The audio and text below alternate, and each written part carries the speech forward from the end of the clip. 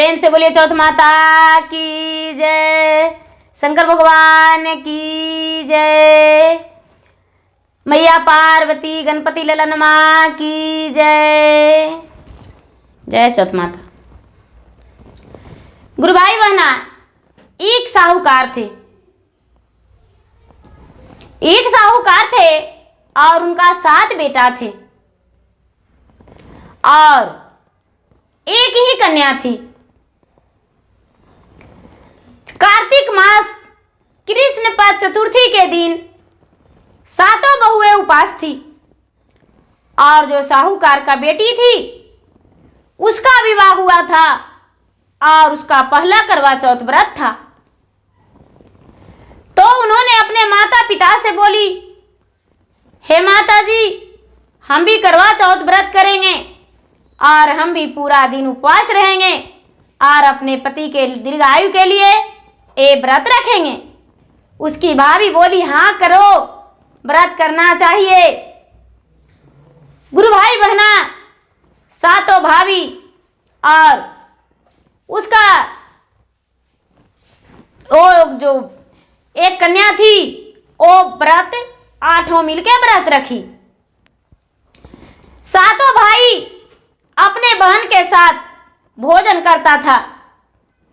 प्रतिदिन भोजन साथ में ही एक ही थाल में सारा भाई बहन करता था और बड़े प्रेम से रहता था। बहन शादी में ससुराल चली गई थी तो 7 भाई बड़े उदास रहता था और जब बहन आई अपना घर मायका तो 7 भाई प्रसन्न हो गया और आपस में बातें करता है कि भैया अब हम लोग 7 भाई ही नहीं, जो मेरा एक बहन है वो भी मेरे साथ भोजन करेगी और प्रेम पूर्वक उसके साथ भोजन करेंगे, बड़ा मजा आएगा। गुरु भाई बहना, सवेरा हुआ तो बहन से 7 भाई बोला, बहन भोजन करो।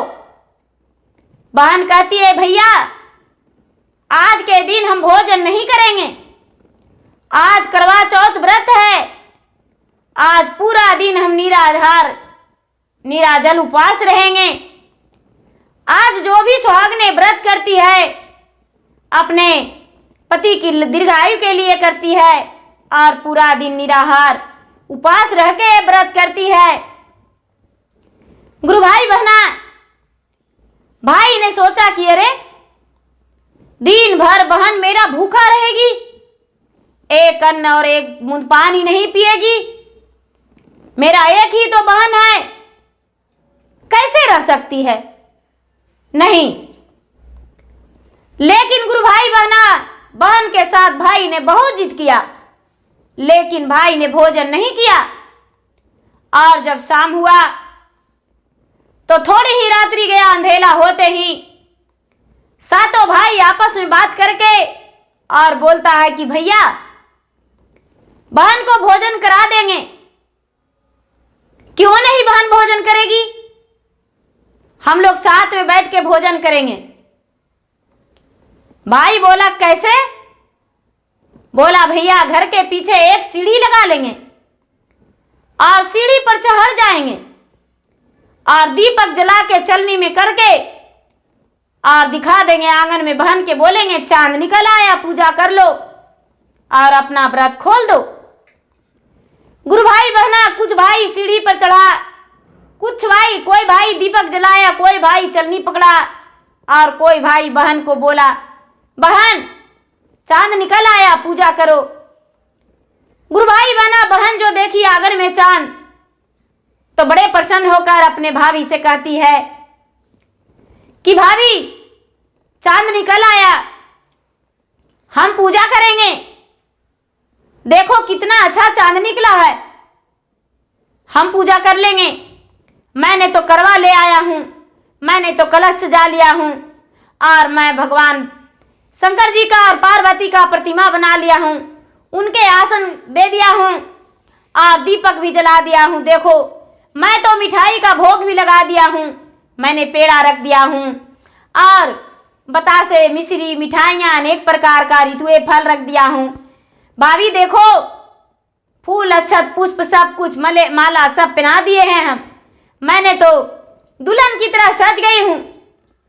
उनकी भाभी कहती है ननद जी एक चांद तुम्हारे लिए निकला है, मेरे लिए नहीं। ऐसे तो हम कहते हैं कि तुम भी अभी पूजा मत करो, क्योंकि ये चांद जो है चांद नकली है। बहन कहती है नहीं नहीं भाभी ऐसा बात नहीं है, भला नकली चांद कैसे निकल सकता है। भाभी बोली हाँ हाँ जा तू पूजा कर ले, हम नहीं पूजा करेंगे। 7 भाई का एक लाडली बहन जाकर पूजा करके और व्रत खोलने का तैयारी की, तो अपने साथों भाभी का कहती है कि भाभी चलो भोजन करेंगे। साथों भाभी बोली अरे ननद तुम भी भोजन मत करो, क्योंकि अभी चांद निकला ही नहीं है, तेरा व्रत खंडित हो जाएगा और तू पछताओगी। गुरु भाई बहना भाई का लाद प्यार ने उसका व्रत तोड़वा दिया। सातों भाई के साथ जैसा ही भोजन करने को बैठी, पहले ही निवाला में उसका एक बहुत बड़ा बाल निकल गया। जो लोग कहते हैं कि भोजन में बाल निकलना अपशगुन है, तो सच में वही हुआ कि जब पहला निवाला ली तो उसका भोजन में बाल निकल गया और बाल निकलते ही पूरा कस के खांसने लगी। सारा लोग कहने लगे अरे ये तो व्रत में थी और इसका भोजन में बाल निकल गया। लेकिन गुरु भाई बहना दूसरा निवाला साहूकार का बेटी ली तो वहां पे एक कुकुर था बैठा हुआ, अपना कान बहुत कस के जोर से फड़फड़ाया। इसका ध्यान भटक गया, कहती है भैया अब शगुन पर अब शगुन होते जा रहा है। गुरु भाई बहना भाई ने बोला जल्दी से खाना खाओ, क्योंकि पूरा दिन का भूखी हो। बहन ने खाना खा ही रही थी कि उसका ससुराल से लोग आए और कहने लगे साहूकार के कि आपका जो बेटी का पति है वो बहुत जोर से बीमार है। गुरु भाई बहना वो जो साहूकार की बेटी थी, साहूकार की जो बेटी थी वो खाना नहीं खाई और अपने भाई को लेकर अपना ससुराल चल दी। अपना ससुराल चल दी और जब ससुराल पहुंची तब तक उसका पति का देहांत हो गया था। उसके सास, उसके जेठानी, उसके ननद पीट पीट के रो रहे थे, चिल्ला रहे थे और ये भी जाकर चीखने चिल्लाने लगी, रोने लगी और गरजने लगी।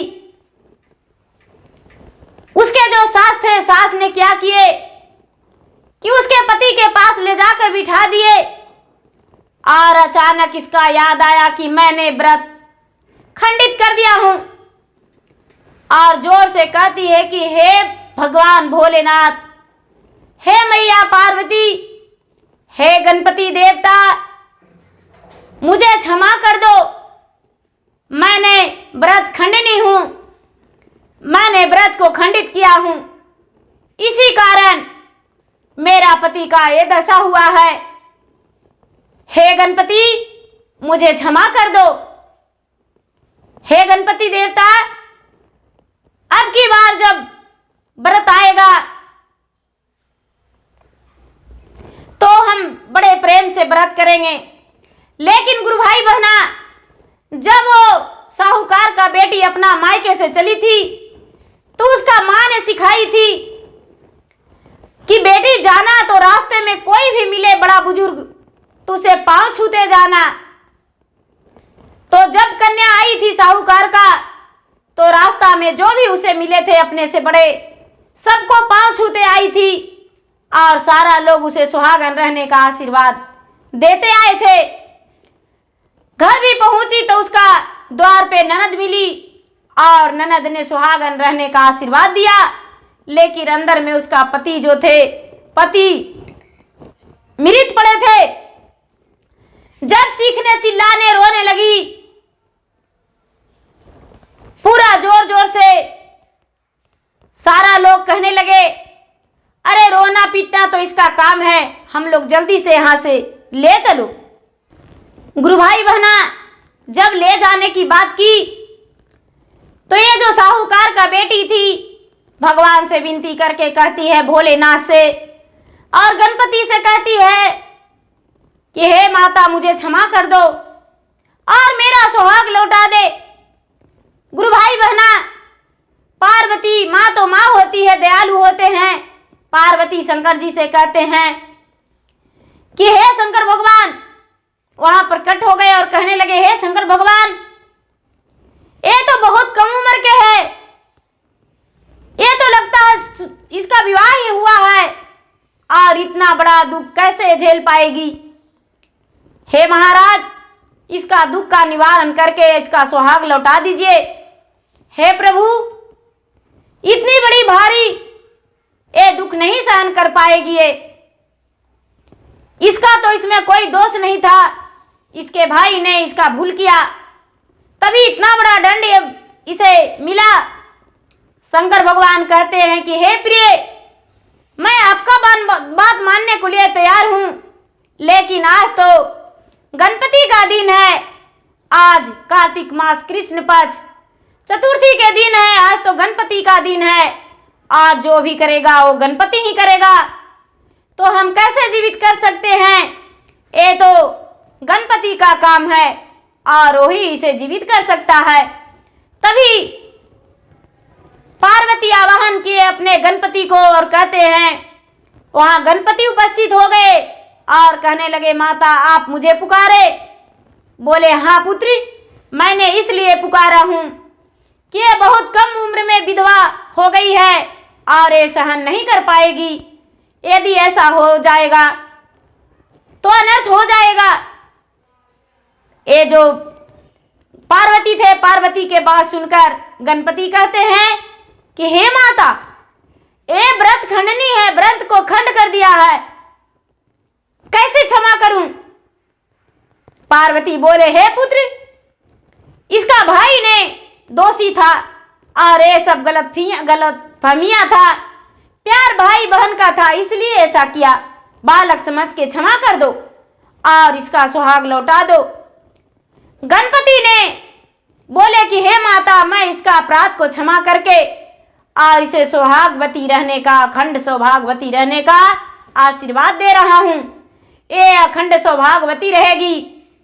अब लेकिन भूल कर भी ऐसा दोबारा करवा चौथ में नहीं करे, क्योंकि यदि ऐसा करेगी तो अब फिर दोबारा हम इसे क्षमा नहीं करेंगे, क्योंकि ये तो पहले अपराध कर चुकी है, इसका पति का जीवन दान मैं दे चुका हूं और दोबारा ऐसा करेगी तो दोबारा हम क्षमा नहीं करेंगे। गुरु भाई बहना पार्वती ने बोले, हे पुत्र, दोबारा ऐसा नहीं होगा, इसे क्षमा कर दो। गुरु भाई बहना इतना कहते ही और साहूकार का बेटी का पति राम राम करके उठकर बैठ के और कहता है कि आज तो मैंने बहुत गहरा नींद सोया था, आज तो मैंने इतना गहरा नींद सोया था कि मुझे तो लग रहा था कि मेरा नींद खुलेगा ही नहीं, लेकिन मेरा नींद तो खुल गया।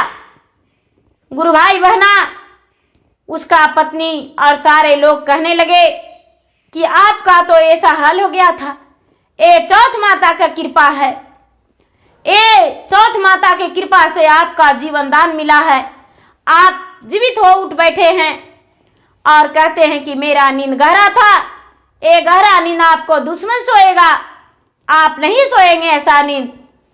गुरु भाई बहना आप दूसरा करवा चौथ से साहूकार के बेटी विधि पूर्वक जैसे सारा लोग चांद निकलने पर ये व्रत करते थे, उसी तरह साहूकार का बेटी भी प्रेम पूर्वक विधि पूर्वक हृदय निर्मल से और पूजा करती थी, आरती करती थी और उसके बाद ही ये व्रत तोड़ती थी।